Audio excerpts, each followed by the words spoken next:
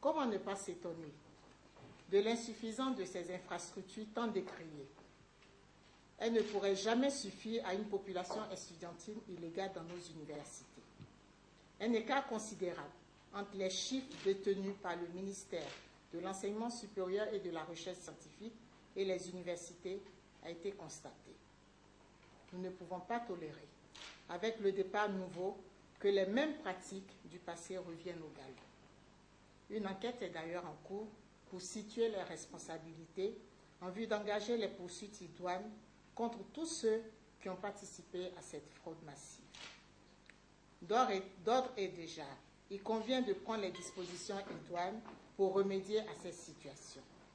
À cet égard, il a été indiqué aux universités que les 1856 étudiants qui sont exclus par décision d'arrêté, arrêté numéro 254, MESRES-DGS du 30 juillet 2012, sont censés n'avoir jamais pu s'inscrire et doivent être retirés des fichiers.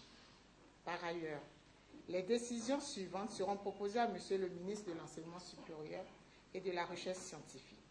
S'agissant de la formation continue, il convient d'une part de la recadrer et d'autre part mieux l'organiser. La formation continue est et doit rester une voie autonome et parallèle à la formation initiale d'acquisition des connaissances. Sur une organisation propre, se traduisant par la création d'un centre de formation continue dans les universités, ayant une compétence transversale et une gestion autonome. Les enseignements qui y sont dispensés sont directement pris en charge par la formation continue et ne sauraient être comptabilisés comme des heures complémentaires pour les personnels concernés. Au demeurant, la réforme LMD, licence master doctorat, a pour slogan la formation tout au long de la vie, ce qui montre l'importance de ce type de formation initiale ou en concurrence avec celle-ci.